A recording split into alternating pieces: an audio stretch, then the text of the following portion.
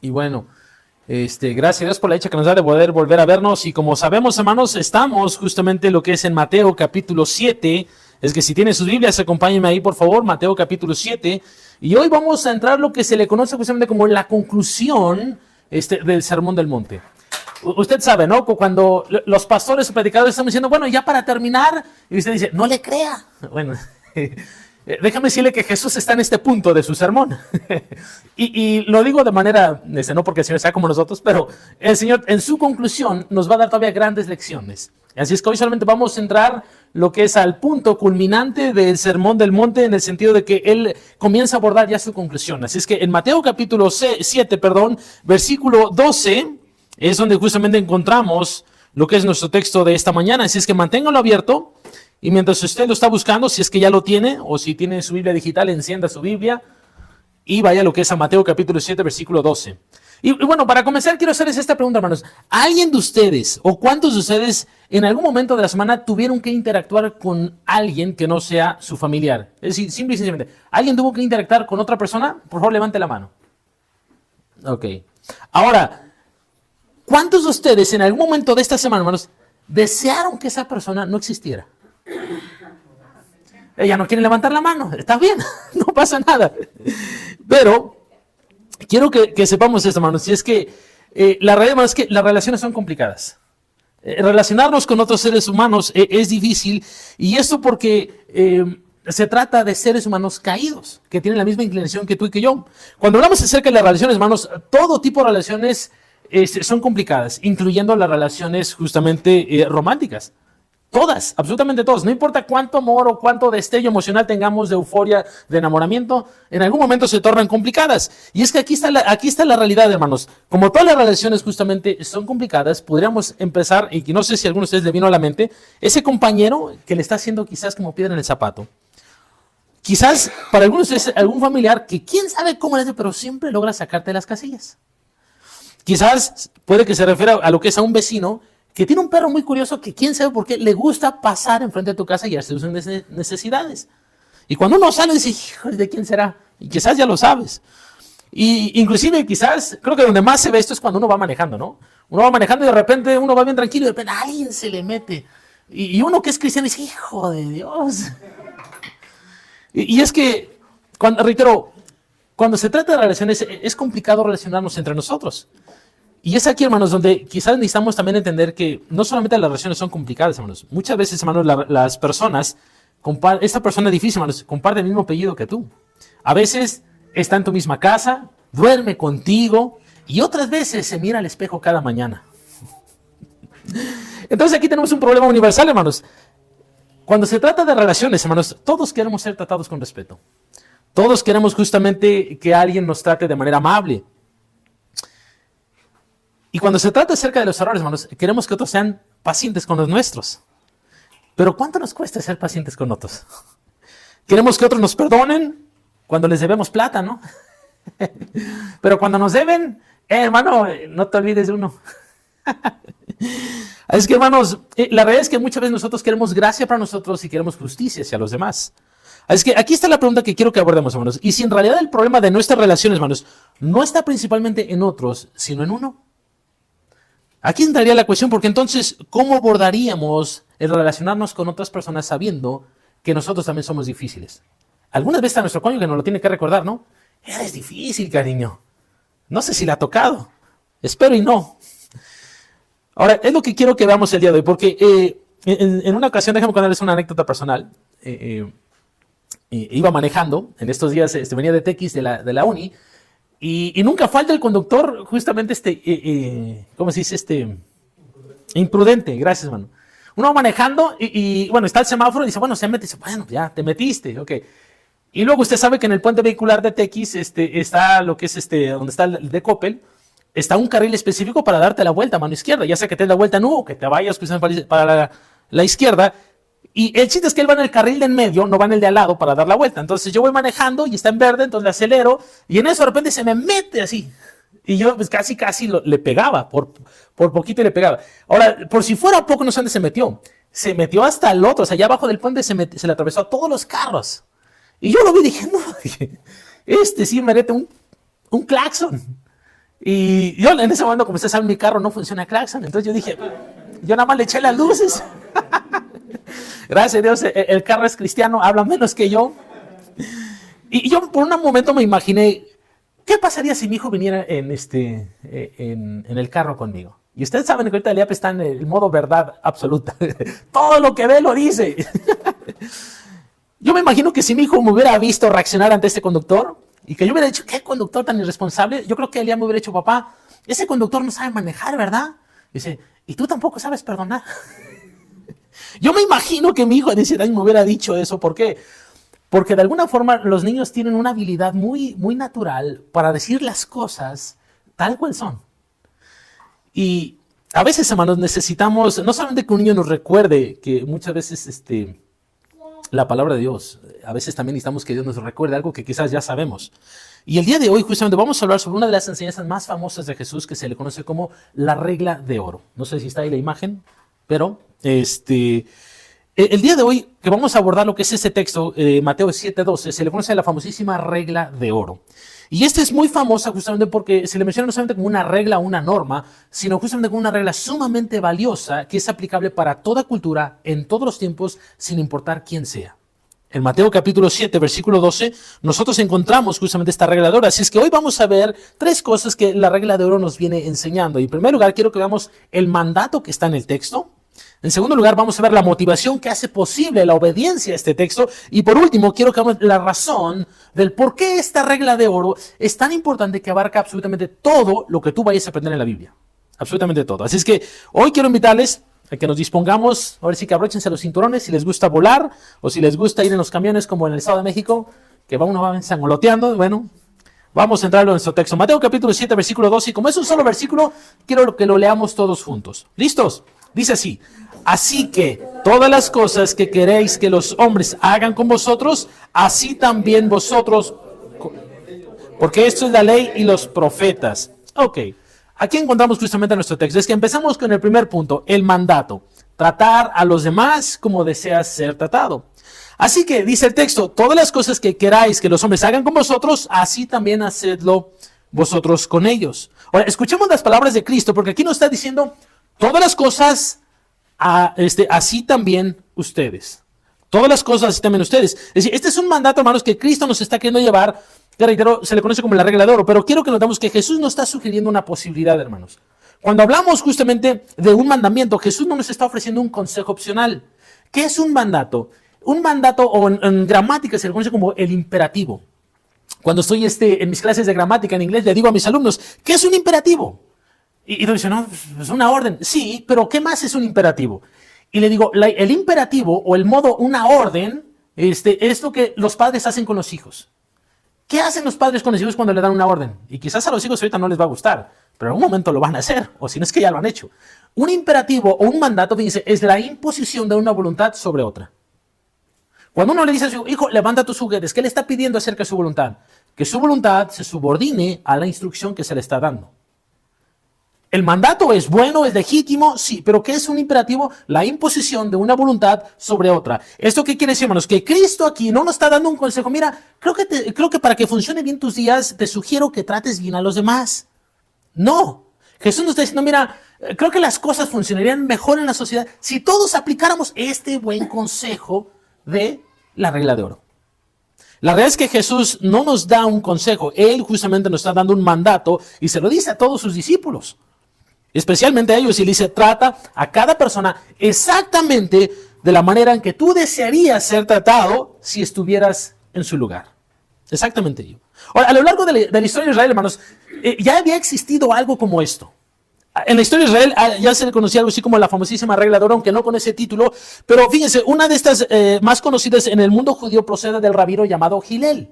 El rabino Hillel era conocido porque en el siglo I o antes de Cristo, él ya había justamente enseñado justamente este principio. Cuando un prosélito, entiéndase, un gentil convertido al judaísmo, se acercó y dijo, a ver, rabino, enséñame toda la Biblia mientras estoy parado sobre un pie. Si logras enseñarme toda la Biblia o toda la Torah mientras estoy sosteniendo un pie, tienes toda mi atención. Y el rabino Hillel le dijo de manera simple, ok, ¿quieres toda la enseñanza de la Biblia? Simple. Es justamente, no hagas con los demás lo que no quieres que se te haga. Y usted puede decir, uy, suena igual que Jesús. o Jesús suena igual que Gilel. Bueno, déjame decirle que hay una distinción. Gilel no fue el único que lo dijo. También se me fue el nombre del otro filósofo, pero bueno, a ver si ahorita me acuerdo. Pero hay una gran diferencia de lo que Gilel dice a lo que Jesús dice. Porque Gilel dice justamente todo lo que no quieras que te hagan a ti, no se lo hagas a los demás. Y Jesús justamente nos da el principio opuesto, donde nos dice justamente todo lo que quieras que los hombres te hagan, eso hazles tú. Es decir, por un lado está la versión de Gilel, que es la versión negativa, y por otra parte está la versión de Jesús, que es la forma positiva. Gilel nos dice, no lo hagas, pero Jesús nos dice, hazlo. Ahora, esto, hermanos, nos viene enseñando que hay una gran diferencia entre esto, y es justamente que Jesús no nos está diciendo, no hagas. Porque, hermanos, cuando hablamos de no hacer, esto es fácil. Esto es fácil, es sencillo.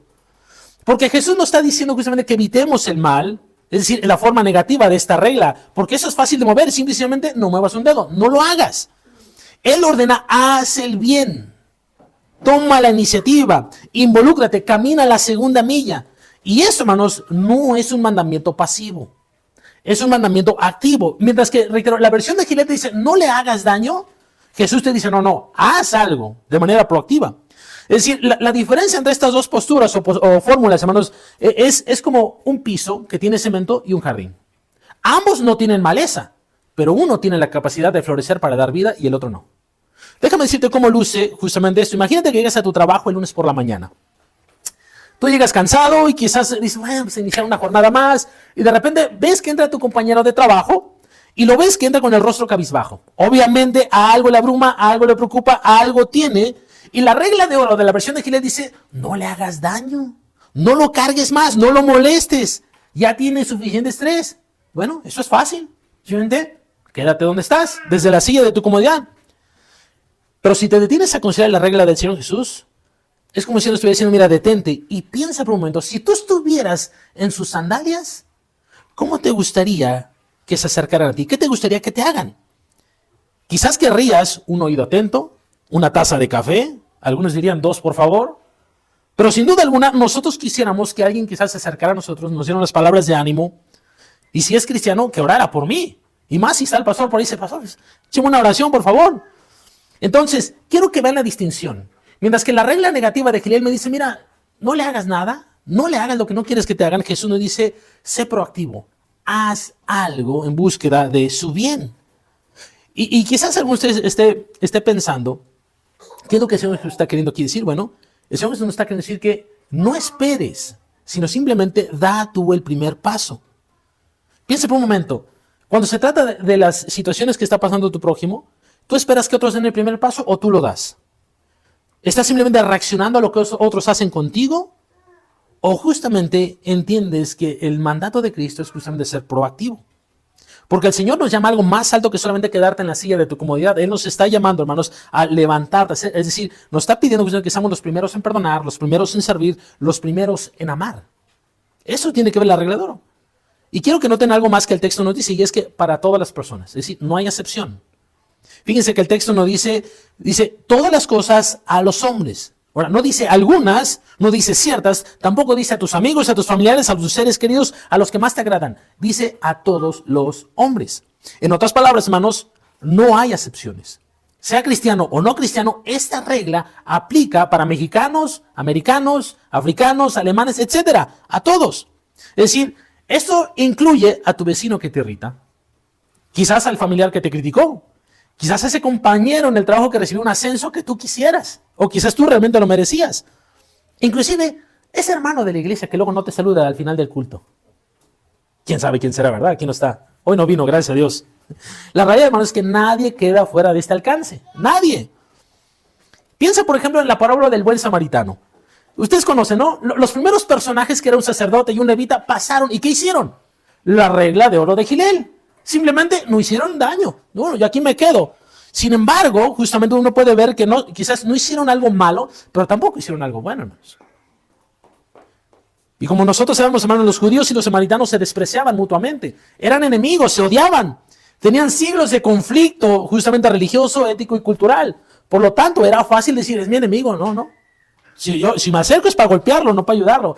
Pero la parábola del buen samaritano nos es dada para que podamos ver qué es lo que hace. El Señor Jesús nos dice que ese samaritano lo trató exactamente como si él hubiera sido el herido en el camino.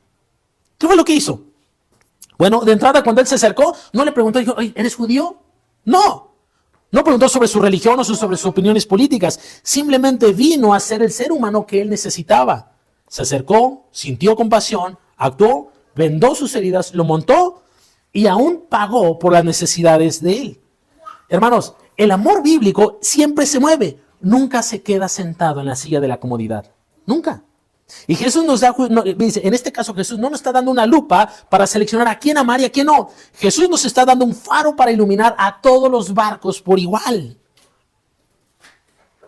En cierta ocasión se encontró una historia acerca de sobre un pastor en una pequeña congregación que recibió una llamada en la noche.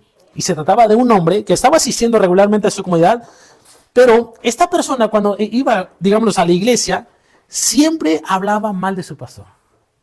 Siempre estaba hablando mal de él, no me gusta lo que el pastor hace, que así no me gusta, y siempre lo criticaba. Pero en cierta ocasión, esta persona terminó en el hospital. Y adivinen el nombre de quien le vino a la mente en medio de su tragedia. El pastor. El pastor recibe la llamada, contesta y sí, bueno, sí es que lo solicitan aquí en el hospital, ¿de parte de quién? De tal, y cuando escucha el nombre dice, el que siempre manda echando sus bendiciones. Ahora, él pudo haber colgado y sí, ¿saben qué? Yo voy mañana. Pudo haber colgado y sí, ¿sabes qué? Ahorita no puedo, tengo sueño, estoy cansado. Pudo haber hecho eso, pero ¿saben qué, hermanos? Interesantemente, este pastor se vistió y condujo hasta el hospital y pasó las horas con el hombre de manera necesaria para poder atenderlo. ¿Y saben qué es lo que pasó años después? Simple. Este hombre, que ya se había arrepentido, se volvió al Señor, se convirtió en un miembro fiel de su iglesia.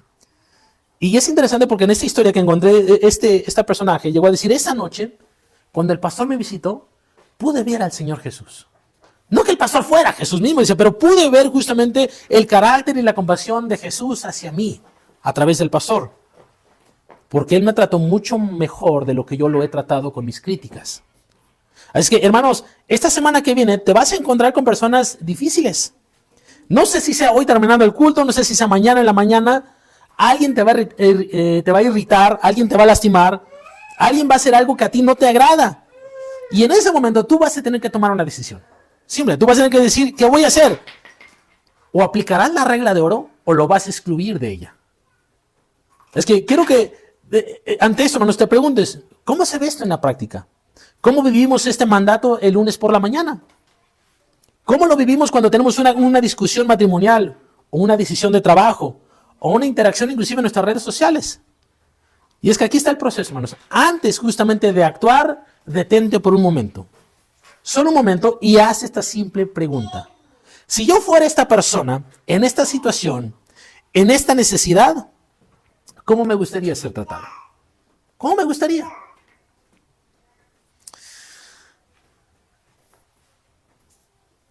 Así que, hermanos, cuando hablamos de eso, hermanos, hablamos justamente sobre ponernos en los zapatos de otra persona. Esto es lo que comúnmente se conoce como empatía. Es como mirar a través de los lentes de otra persona. Y antes de apresurarnos a juzgar, a decir está mal, hizo el otro, es simplemente ponernos a pensar, si yo fuera el que estuviera en su lugar, ¿cómo esperaría que me trataran? Piensa por un momento, déjame darte algunos ejemplos. Y de verdad que esto no lo dije por nadie en particular, espero nadie me linche después del sermón, pero piénsalo, tu hijo, no sé si ya tenga 30 años o si es un adolescente, pero llega tarde, llega tarde a la casa. Y cuando llega y dice, ¿dónde vienes? Y tú dices, vengo de acá, y dices, no viene de allá. ¿Qué vas a hacer? ¿Vas a explotar? Bueno, ¿cómo aplicamos la regla justamente ahora? Bueno, antes de explotar, hermanos, puedes justamente preguntarte, si yo fuera joven, que un día lo fui, pero si yo estuviera en sus zapatos, navegando por este mundo complejo, siendo tentado, siendo persuadido, ¿cómo quisiera que mi padre me hablara? ¿Cómo quisiera se acercara? ¿Con ira instantánea o con firmeza amorosa? Una persona te debe dinero desde hace meses. Y es obvio que te tiene que pagar. Ahora, antes de enviarle la cobranza legal, pregúntate, si yo estuviera en dificultades financieras, ¿cómo querría ser tratado? No estoy diciendo que le perdone la deuda, hermano. No. Los bancos no hacen eso. Cuando tú le debes, a ver, venga para acá y vamos a conciliar. Hay que buscar una forma que pague. Piénsalo. Si tú estuvieras en sus zapatos, ¿quisieras que alguien te tratara con el martillo de la justicia? ¿O quisieras una conversación que pudieran buscar hasta encontrar una solución que se ajuste a fin de que realmente te pague? Ahora, ¿es fácil? No, hermanos, por supuesto que no, no es fácil. ¿Nos es natural? No, hermanos, ya hablamos sobre no juzgar en el versículo 1 y 2. Somos prontos para juzgar y lentos para extender misericordia. ¿Pero es lo que Jesús manda? Sí. Sin culpa, sin excepciones, sin escape. El cristiano está llamado a tratar a los demás de manera proactiva como quisiera uno que lo trataran. Así que, escuchemos, hermanos, esta semana cuando salgamos de aquí, llévate este mandato. Tenlo presente. Tratar a los demás como quisiera que yo fuera tratado. Es un mandato del Señor. Trata a cada persona como si tú desearas que así se te tratara. Pero antes de poder solamente quedarnos en el mandamiento, y antes de que quizás quieras salir de aquí corriendo a vivir el mandato, así como tuvieras tantas ganas de vivir la Biblia, quiero que pensemos por un momento, hermanos, ¿de dónde viene la motivación? ¿De dónde viene el combustible para vivir el texto? Porque cuando uno lee los libros de superación personal, dice, pastor, eso también lo leí, dice Cicerón, lo dicen los libros de autoayuda. ¿De dónde viene? Para que el cristiano pueda vivir este mandato. Y así es que vamos a entrar en nuestro segundo punto, el poder de la motivación. ¿De dónde viene el poder para que el cristiano lo viva? Y sobre todo, ¿cuál es la distinción de los libros de motivación a lo que Jesús está dando aquí? Ahora, cuando Cristo dijo justamente en este texto, haz a los demás lo que quieras que te hagan, reitero, Jesús nos está dando buenos consejos, hermanos. Necesitamos entender algo, hermanos. No es un mandato de superación personal. Tampoco es un consejo de autoayuda.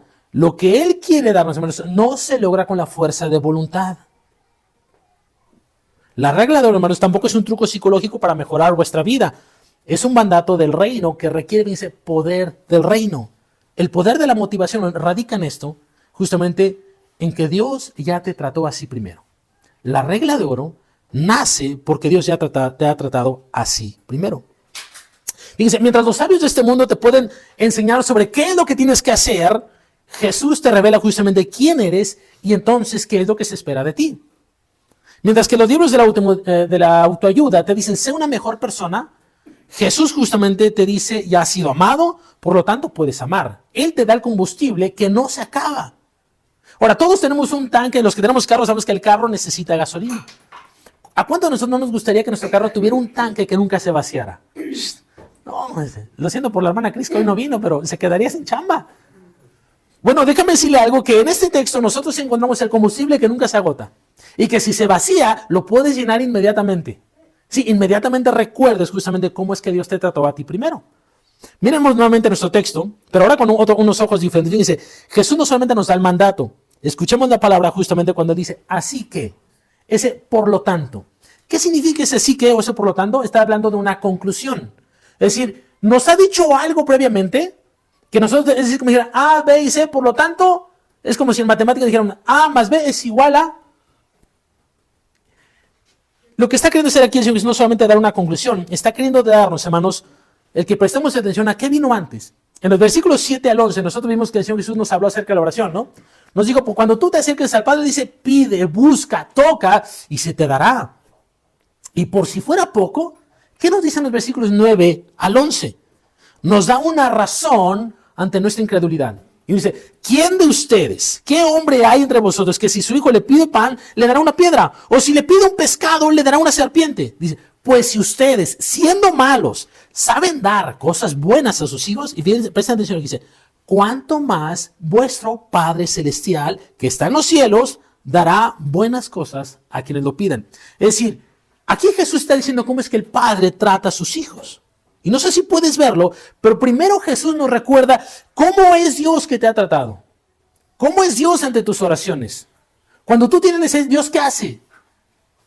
Deja de ver, se hace que no vio, se tapa los oídos. El texto dice que Él generosamente da al que le pide. Al que busca, se deja encontrar. Y al que le toca la puerta, lo invita a pasar. Lo trata con generosidad. Nos trata con bondad. Y es aquí, hermanos, donde entonces nace la regla de oro. Porque Dios te ha tratado con bondad, entonces puedes tratar a otros con bondad. Él enciende la luz, nosotros la reflejamos. Él nos da el pan, nosotros lo compartimos. Él nos ama y nosotros podemos amar aún a las personas difíciles. Nada comienza a nosotros, hermanos. Todo comienza en lo que Dios ha hecho. Esto es lo que los teólogos llaman justamente el indicativo que precede al imperativo. Es decir, que antes de Dios simplemente darnos una orden, Él primeramente nos dice quiénes somos. Piensa por un momento. Es decir, tú ves a un doctor, está en urgencias, viene alguien enfermo y lo está atendiendo, pero si de repente suena la alarma sísmica o de incendios, él no se quita el uniforme y se va a poner el uniforme de bombero y intenta apagar el incendio, o sale detrás del camión de bomberos. Él no sale eso, porque dice, esa no es su profesión. Su profesión es ser médico. Se espera que el médico atienda a quienes están en el hospital, no que vaya a apagar incendios. Es decir, porque lo que él es, se espera que él entonces haga lo que corresponde a su persona. Cuando hablamos del imperativo, hermanos, aquí Jesús primeramente nos quiere recordar cómo Dios nos ha tratado como a hijos de manera muy benevolente, muy generosa. Por lo tanto, así que si Dios te ha tratado así, si Dios escucha tus oraciones, si Dios atiende a tus necesidades, si Dios vela por ti, si Dios te protege, si Dios es así contigo, así que todo lo que quieras que los demás te hagan a ti, hazlo tú a ellos. En otras palabras, hermanos, la generosidad del Padre es la base del comportamiento cristiano. La base es justamente la generosidad del Padre. Y piensa por un momento, tú no puedes dar algo, no puedes transferir dinero de una cuenta bancaria vacía, no puedes, aunque tú quieras. No sé si algún familiar dijo, préstame dinero, y tú dices, tengo 2 pesos en mi cuenta. Y es que, como sabemos, no podemos dar lo que no hemos recibido. No podemos extender una gracia si primeramente nosotros no la hemos experimentado. No podemos tratar bien a nuestros enemigos a menos que nos demos cuenta cómo éramos vistos ante Dios. El apóstol Juan lo dijo muy acertado cuando dijo justamente en 1 de Juan 4:19, cuando él dijo, nosotros amamos, dice, porque Él nos amó primero. Es decir, ¿por qué es que yo amo? Porque Dios primeramente me amó. No es ama para que te gane su amor. No es ámalo para que entonces así Dios te ame. Eso puede funcionar aquí en el aspecto terrenal de que, como ya vimos los de Ring Gage, es el matrimonio por obras, donde decimos justamente yo doy para recibir. Bueno, en la Biblia Dios no nos trata así. Él no nos pide que lo amemos para que entonces nos ganemos su amor. No, Él nos dice ama porque tú ya has sido amado. Ya se te ha dado el combustible. El moralismo, hermano, siempre nos va a decir esfuérzate más y serás aceptado. Pero el Evangelio de Cristo siempre nos recuerda, has sido aceptado. Por lo tanto, descansa en esto y vívelo. El moralismo, hermanos, en algún momento va a producir agotamiento. Te va a cansar. Pero el Evangelio, hermanos, va a producir fruto. Yo te voy a andar un poquito en ello. Piénsalo, un árbol de naranjas, hermanos, no se esfuerza por producir naranjas. Nunca aprieta sus ramas me dice, tengo que dar una naranja. No se esfuerza. ¿Qué es lo que hacen las ramas? Naturalmente producen el fruto. Si tú quieres que un árbol produzca buen fruto, simple, lo que tienes que hacer es cuidar sus raíces. Yo no sé mucho de eso, mi suegra sabe mucho más que yo en esa área, pero lo básico que yo creo que todos podemos entender es que cuando cuidamos una planta desde sus raíces, las ramas naturalmente van a dar fruto. Así es que, hermanos, lo que produces, hermanos, lo produces en base a ¿qué? A lo que se te ha dado, a lo que se te ha sembrado. En base a que Dios te ha regado, te ha cuidado, te ha cultivado. Es que, hermanos, cuando nosotros amamos o buscamos el bienestar de otros, hermanos, lo hacemos porque primeramente se ha sembrado en nosotros la semilla incorruptible de Cristo que hizo posible la experiencia del amor de Dios. Piensa en Zaqueo. Él no era simplemente un hombre, hermanos. Él era justamente un hombre de baja reputación, no solamente de baja estatura. Era un cobrador de impuestos, un colaborador de Roma, un abusador del pueblo. Y nadie, hermanos, nadie le agradaba a Zaqueo. Y nadie esperaba algo bueno de él. Sin embargo, cuando Cristo pasa y lo ve debajo del árbol, ¿qué le dice? Zaqueo, bájate y apresúrate que voy a ir a tu casa. Jesús se autoinvita. Y fíjense, es interesante que Jesús le honra al entrar a su casa. Por eso justamente la multitud empezó a murmurar, ¿cómo se atreve a ir a la casa de Zaqueo? ¿Acaso no hay mejores casas? Pero ¿qué es lo que hace Jesús cuando está en la casa de Zaqueo? Lo trata con una bondad que Zaqueo no merecía y que él jamás había recibido. ¿Pero cuál fue el resultado? Simple. Usted conoce la historia. Se pone de pie y le dice, si a alguien he robado, se lo devuelvo cuadruplicado y la mitad de mis riquezas se lo doy a los pobres. Yo no sé si puedes verlo, pero el amor recibido por Jesús produjo un amor que actúa hacia quienes antes él había dañado. La gracia produjo generosidad. Y es así como funciona el Evangelio, hermanos. Los libros de autoayuda, hermanos, te van a decir, trata a otros como quieres ser tratado y tendrás mejores relaciones. Te irá mejor en el trabajo, tendrás éxito, inclusive serás más feliz. Y puede que funcione, hermanos. Hasta que te encuentres a alguien que verdaderamente sea difícil. Alguien que te hiera, te lastime tan profundo, que te apuñale por la espalda y te encuentres cansado, vacío, sin motivos para buscarle su bien. ¿De dónde sacas la motivación para tratarlo con bondad? ¿De dónde lo sacas? Nuevamente, lo extraes al recordar cómo es que Dios te ha tratado a ti primero. Piénsalo, Dios me amó cuando yo era su enemigo. Cristo murió por mí cuando no lo merecía. Esa motivación, hermanos, nunca se agota. ¿Por qué? Porque no depende de tus sentimientos, depende del hecho histórico de lo que Jesús hizo en la cruz del Calvario por ti. En cuanto alguien te haga daño, dices, no tengo ganas, hermano. Recuerda justamente quién tú eras ante los ojos de Dios. Eres un mendigo, alguien sin esperanza, y Cristo viene y te dice, ven, siéntate a la mesa. Y te da de sus gracias. Ahora quiero que pensemos, ¿cómo es que Dios te ha tratado? Bueno, hay tres cosas que quiero que veamos justamente cómo Dios te ha tratado, porque podemos profundizar mucho, podemos abrir un abanico amplio de esto, pero hay tres cosas que quiero que veamos de cómo es que Dios te ha tratado a ti y a mí. En primer lugar, Dios te ha tratado con gracia, con misericordia y te ha tratado con paciencia. Veamos la primera de ellas, la gracia. La gracia simple y sencillamente significa que Dios te dio lo que tú no merecías. Cuando eras pecador, rebelde, indiferente, ¿qué hizo Dios? Romanos 5:8 nos dice, mas Dios demuestra su amor para con nosotros en que siendo aún pecadores, Cristo murió por nosotros. Que éramos pecadores. ¿Qué es un pecador? Alguien que constantemente está ofendiendo. Alguien que constantemente está insultando. Alguien que constantemente está en rebelión. Yo no sé si ustedes han experimentado esto, pero esto es agotador, hermanos. Cuando alguien está duro y duro y duro y duro, porque usted ve en Romanos 5:8 dice siendo, no dice fueron, pero dejaron de ser. No, dice siendo. Es de que están en espiral, una y otra, siendo pecadores. Dice, Cristo murió por nosotros. Es decir, hermanos, Cristo o Dios no esperó primero que tú arreglaras tu vida y ahora sí, ya que ya arreglaste tu vida, ven para acá. No, Cristo primeramente nos amó primero. Entonces, ¿cómo tratas a otros con gracia? Simple, les das exactamente lo que no merecen. Ese compañero de trabajo que te llegó a sabotear, le extiendes bondad. ¿La merece? No. Pero ese familiar que te hirió, ¿qué le haces? Le ofreces reconciliación sin que se le haya ganado. ¿Por qué? Porque así es como Dios te ha tratado. La segunda cosa que quiero que veamos, la misericordia. ¿Qué es la misericordia? La misericordia es simplemente no darle lo que sí merece. No darle lo que sí. Mientras la gracia es darle lo que no merece, la misericordia es no darle lo que sí merece. Fíjate lo que dice Salmo 103, versículo 10. Dice, esto nos está hablando Dios, nos dice, no ha hecho con nosotros conforme a nuestras iniquidades, ni nos ha pagado conforme a nuestros pecados. Dios dice, justamente el salmista está diciendo que Dios no nos ha tratado como realmente mereciéramos.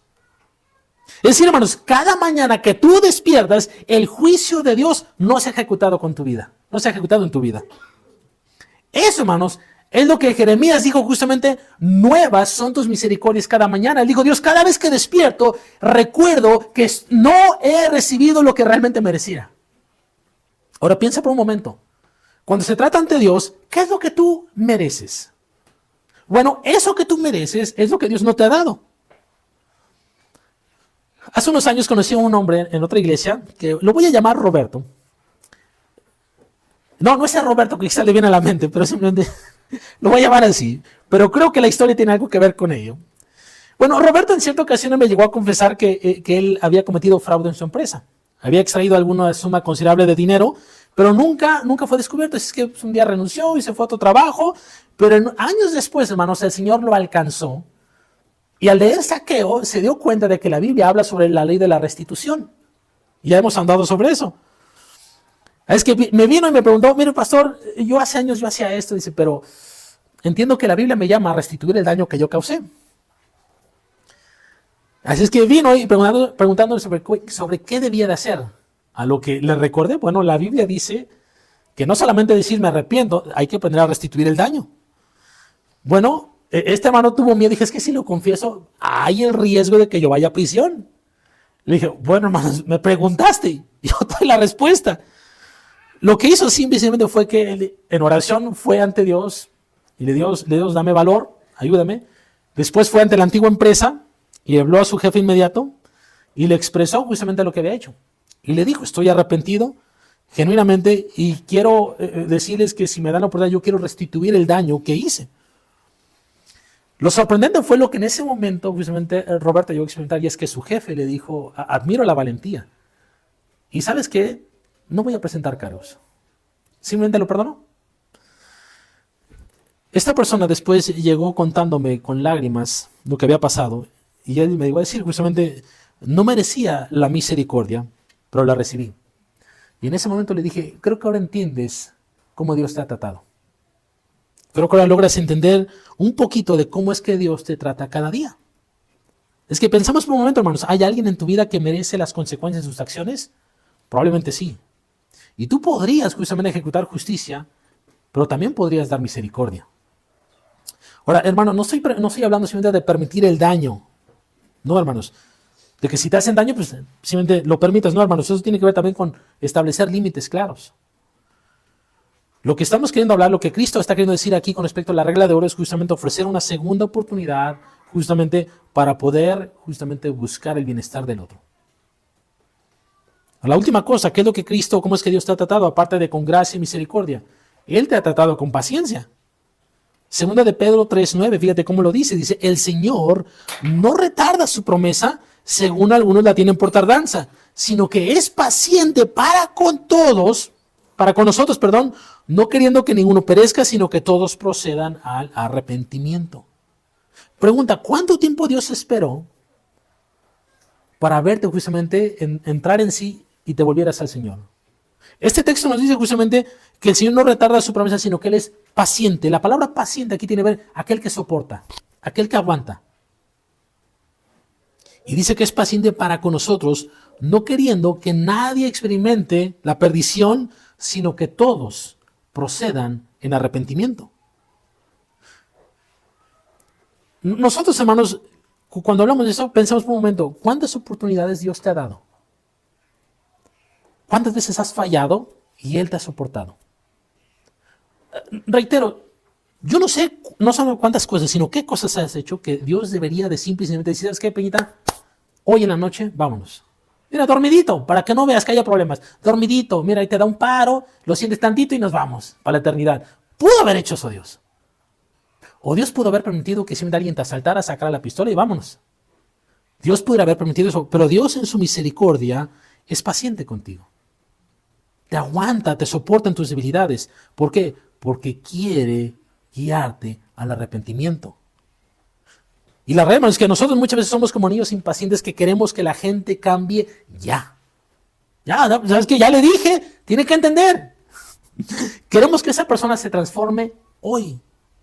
Pero la pregunta interesante es, ¿cómo es Dios? Bueno, Dios es como un jardinero sabio que planta la semilla, espera, riega, cuida día, semana, mes, año tras año y espera justamente que florezca hasta que se parezca a Cristo. Eso es lo que Dios está haciendo con sus hijos. Pacientemente, lo que hace contigo. Entonces, hermanos, ¿hay alguien con quien has perdido la paciencia? ¿Alguien que te sigue fallando o te sigue decepcionando y que tú esperas que cambie y no ha cambiado como tú quisieras? Pregúntate, ¿cómo Dios me ha tratado a mí? Y si puedes concordar que Dios te ha tratado con paciencia, entonces, hermanos, ¿no puedes ser tú un poquito más paciente? Yo tuve que aplicar esto en estos días y no fue nada fácil para mí. Pero es cierto, hermanos, que nosotros cuando recordamos cómo es que Dios nos ha tratado, estamos en la mejor posición para poder justamente darle a otros lo que hemos recibido. Y aquí es donde encontramos, hermanos, que la ética cristiana, hermanos, supera a los libros de superación personal. Es que quizás en este mundo, reitero, quizás te llegues a preguntar o a pensar justamente acerca de que los libros de autoayuda pues dicen, esto también lo puedes hacer. Sí, eso te prometen sin Dios. Pero reitero, ¿qué pasa cuando el combustible se te acaba? ¿Qué pasa cuando el combustible se te acaba? Romanos 12:1 encontramos el mismo principio de Mateo 7:12. Romanos 12:1, que algunos de ustedes lo conocen de memoria, justamente dice, así que, vuelve a aparecer esa frase, así que, hermanos, os ruego por las misericordias de Dios. ¿Puedes verlo? Primero te dice, mira cuán misericordioso ha sido Dios contigo. Por lo tanto, presenta tu cuerpo como sacrificio vivo, santo, agradable al Señor. Es decir, en respuesta a lo que has recibido, dalo a otros. Piensa por un ejemplo en José. Sus hermanos lo vendieron como esclavo, lo traicionaron, arruinaron su vida, lo separaron de su padre amado. Él tenía la de todas para estar amargado, hermanos. Él tenía de todas para decir, mis hermanos son mis enemigos. Y usted conoce la historia. Llega el momento que viene hambruna, él llega a Egipto y Dios lo asciende justamente al segundo de Faraón. Y cuando llega el momento de que sus hermanos se acercan, ¿qué hizo? Él tenía todo el derecho de vengarse.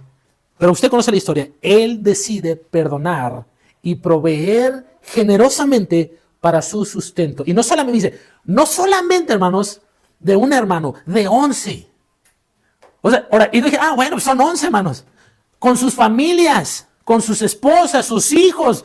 Oye, yo no sé si tú puedes imaginarte, pero José tenía lana, ¿eh? Y de lo recibido, generosamente compartió con, antes era su enemigo, sus hermanos. ¿De dónde sacó José combustible para tratar benévolamente a sus hermanos? José lo dijo, ustedes pensaron mal contra mí, pero Dios, fíjense, él dice, Dios lo encaminó para bien. En otras palabras, justamente, casi él y Job dicen lo mismo, Dios dio y Dios quitó, bendito sea el Señor.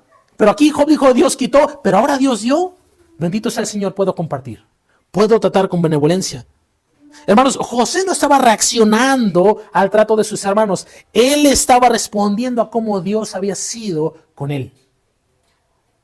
Y esa es la experiencia, hermanos, que el cristiano genuino, tras saber cómo Dios lo ha tratado, tiene el combustible para tratar a otros.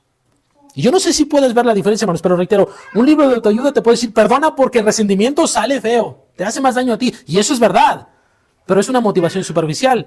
Cuando tú te acuerdas cómo es que Dios te ha perdonado, todo lo que tú le debías a Dios, entonces estás en una mejor posición de decir, porque Dios ha perdonado lo inexplicable de mí, puedo perdonar inclusive lo inexplicable de mi hermano. Y eso es el poder del evangelio, hermanos. Eso es lo que ningún libro de autoayuda te va a poder dar. ¿Por qué, hermanos? Porque eso es moralismo. Y eso nunca producirá transformación. Te va a dar así como que motivos, te va a querer empujar. Pero Cristo es el que te da el verdadero poder para poder amar aún a tus enemigos. ¿Y cómo lo podemos ver? Fíjense, Jesús estando en la cruz del Calvario, ¿qué hizo? Él pudo haber dicho, Dios, ahora sí, vindica a tu siervo. Haz descender fuego del cielo. Pudo haber hecho eso. Sin embargo, en oración él dijo, Padre, perdónalos, porque no saben, son ignorantes de lo que están haciendo. Porque si supieran, no lo harían. Así es que, hermanos, ¿estás tratando de vivir la regla de oro desde la motivación correcta? Si no, hermanos, yo quiero que puedas ver, hermanos, que somos llamados a vivirla desde el punto de vista en que si Dios, siendo un Padre generoso con nosotros, entonces podemos nosotros extenderlo a otros. Y quizás a este punto te puedes preguntar si esto realmente es importante. ¿Realmente será esto lo que tengo que hacer y ya? Porque quiero que vean las siguientes palabras de Cristo, donde justamente dice que esta regla de oro resume toda la ley y los profetas. Esto nos lleva justamente al punto 3. La razón mayor. Este mandamiento resume la ley y los profetas. Veamos en nuestro texto, nuevamente nos dice, porque esto es la ley y los profetas. 6 palabritas que elevan el mandato a una posición diciendo, de todas las cosas que vas a leer en la Biblia, se van a encaminar a esta regla de oro. No sé si pueden darse cuenta, pero Jesús acaba de decir algo justamente como quien esto es lo que Moisés y todas las profecías o todo lo que han dicho los profetas se encaminan. Es decir, todos los mandamientos, todos los libros proféticos se resumen, se concentran, se destilan de esta regla de oro. Ahora, la ley y los profetas, hermanos, era una forma de decir justamente de toda la Biblia. Es como nosotros cuando decimos de Génesis a Apocalipsis. ¿Qué queremos decir con esto? Todo lo que hay de Génesis a Apocalipsis. Cuando Jesús dijo la ley y los profetas, estaba diciendo lo que está en el Pentateuco y en todo el resto del Antiguo Testamento. Y entonces, hermanos, si esto es cierto, necesitamos entender dos cosas cruciales sobre esto. En primer lugar, hermanos, que es que el amor del cristiano debe ser proactivo en base a la revelación de Dios. Es decir, miren, hermanos, este no es el único punto en el que Jesús llega a decir el resumen de la Biblia. En Marcos capítulo 12, versículo 28 al 31, encontramos una historia donde un hombre se acercó a Jesús y le dijo: Maestro, ¿cuál es el mandamiento más importante de toda la Biblia? Es decir, todas las cosas que voy a hacer, ¿en qué le debo de prestar atención? Y Jesús le dice: amarás al Señor tu Dios con todo tu corazón, con toda tu mente, con toda tu alma y con todas tus fuerzas. Y el segundo es semejante: amarás a tu prójimo como a ti mismo. Y fíjense lo que dice después: y esto depende toda la ley. De estos dos mandamientos depende toda la ley y los profetas. ¿Pueden ver la conexión, hermanos? La regla de oro es la expresión práctica, sobre todo del segundo mandamiento. Porque el segundo mandamiento es la expresión del primero. Pablo también lo dijo en Romanos 13, versículo 8 al 10, y él lo entendió perfectamente. Fíjense cómo lo dice: el que ama al prójimo, dice, ha cumplido la ley. Dice, porque no adulterarás, no matarás, no hurtarás, no dirás falso testimonio, no codiciarás, y cualquier otro mandamiento, dice Pablo, en esta sentencia se resume: amarás a tu prójimo como a ti mismo. ¿Y qué es amar? Amar, los de Ringage ya lo hemos visto, significa buscar el bien del otro. Es decir, hermanos, ¿quieres saber si estás cumpliendo el de no adulterarás? Pregúntate: si yo estuviera casado con mi cónyuge, ¿cómo quisiera que respondiera? ¿Con fidelidad o con traición? ¿Quieres saber si estás cumpliendo el mandato de no dirás falso testimonio? Pregúntate: si estuvieran hablando mal de mí, ¿quisiera que dijeran la verdad o que estuvieran esparciendo chismes y mentiras de mi persona? El Señor Jesús viene y nos dice justamente que esta regla de oro se concentra, resume el mandato de amar a Dios y amar a tu prójimo, y que todo lo demás va a fluir de estos dos. La segunda cosa que quiero que veamos que se desprende de eso es que la obediencia a estos mandatos se simplifica en la vida ética del cristiano. Alguien podría estar pensando: ¿podría ignorar todos los demás mandamientos y enfocarme solamente en la regla de oro? Y le diría: no. ¿Por qué? Porque no es lo que Jesús está queriendo decir aquí. No está diciendo que si tú obedeces esta regla de oro, ya obedeciste a todos. Lo que está queriendo decir, hermanos, es justamente que todos los otros mandamientos tienen relación justamente con el trato hacia el prójimo y nuestra relación para con Dios. Más puntualmente, esta regla de oro tiene que ver con el trato hacia el prójimo. Piénsalo, es como un árbol. Si tú cuidas la raíz, ¿qué pasa? Simple. En algún momento el árbol va a crecer, va a florecer y va a dar fruto. No necesitas pintar las hojas de verde, no necesitas colgarle frutos. Simple y sencillamente, cuida las raíces y el tronco o el árbol solito crece y florece. Pablo lo dice explícitamente también en Gálatas, capítulo 5, versículo 14, donde dice: porque toda la ley en una sola palabra se cumple: amarás a tu prójimo como a ti mismo. Noten cómo dice toda la ley y no parte de la ley, sino toda. Déjame mostrarte cómo esto simplifica nuestra vida cristiana. Estás en una reunión de trabajo y tu jefe te pide justamente que presentes un informe, pero interesantemente te pide que cambies algunos datos. Pone un poquito más, un poquito menos. Y en ese momento tú te acuerdas del regla de oro. Y llegas a pensar lo siguiente: si yo fuera el cliente, ¿cómo quisiera que me mostraran los datos? ¿Con transparencia o con verdades a medias? Déjame decirlo para poner un poco más en terreno de algunas profesiones de ustedes. Voy a empezar porque siempre agarro a Vale de las pizzas. Piensa por un momento: si tú fueras el cliente, bueno, nosotros la mayoría somos clientes de Vale cuando vamos, pero piénsalo. Bueno, a lo mejor yo te tengo que agarrar, Vale. Si tú fueras el cliente que fueras a tu propia pizzería, ¿cómo te gustaría que te traten? Piénsalo, hermano Juan, si usted fuera a comprar justamente las costuras que usted hace, ¿cómo le gustaría recibirlas? Eli, hoy que te tenemos, si tú fueras la paciente que fuera ese consultorio, ¿cómo quisieras que te atendieran, te trataran? Es decir, ¿pueden ver justamente cómo es que la regla de oro se aplica a todas las áreas de nuestra vida? Simplifica. Y es que no es que tengamos un versículo simplemente para todas las situaciones, sino simplemente nos está queriendo ayudar para que podamos justamente aplicarlo en un contexto, en una cultura que puede funcionar, haciéndonos esta pregunta: ¿cómo quisiera ser tratado si yo estuviera en lugar de ellos? Así es que déjame darte justamente algo concreto esta semana para que puedas llevártelo cuando estés interactuando con una persona. Y sobre todo, si estás teniendo una conversación difícil o hay algo que te está afectando, simplemente haz esto, hermanos. Haz una pausa de 5 segundos 5 segundos. Todos podemos hacer esta pausa. En estos 5 segundos, hermanos, pregúntate, si yo fuera esa persona, ¿cómo quisiera ser tratado? Si yo fuera esa persona, ¿cómo quisiera ser tratado? No es mucho 5 segundos, pero son suficientes, hermanos, para dejar que el Espíritu Santo trabaje en ti y te recuerde la regla de oro. Es tiempo suficiente para que Él suavice tu corazón, te dé sabiduría y puedas responder o tratar de manera apropiada. Ahora, por un momento quiero que visualices esto. ¿Cómo se vería tu familia si aplicaran la regla de oro entre ustedes? Piénsalo, ¿cómo creen que luciríamos como iglesia si como iglesia la aplicáramos entre nosotros? La regla de oro, hermanos, es como un espejo. Cuando la aplicas, reflejas el rostro de tu Padre. Pero cuando no la aplicamos, lo empañamos. Y no permitimos que otros puedan ver cómo Dios ha sido con nosotros. Es decir, hermanos, tu manera de tratar a otros es tu doctrina en movimiento. Tu teología con rostro, tu fe hecha carne. Las personas, hermanos, como sabemos, no leen la Biblia, pero pueden ver la Biblia en acción a través de nosotros. Y Jesús no está inventando un nuevo mandamiento, Él nos está revelando justamente lo que sucede en nuestro corazón y queriendo alinearnos para poder reflejar el rostro del Padre como la luna refleja la luz del sol en la noche. Trata a los demás como Dios te ha tratado a ti. Así es que, hermanos, recordemos esto. ¿Cómo Dios te ha tratado? En base a eso, trata a los demás. Esa es la regla de oro. Y eso es lo que Cristo nos invita el día de hoy. En base a cómo Dios me ha tratado, que trate yo a los demás así. Oremos al Señor. Señor, gracias por tu...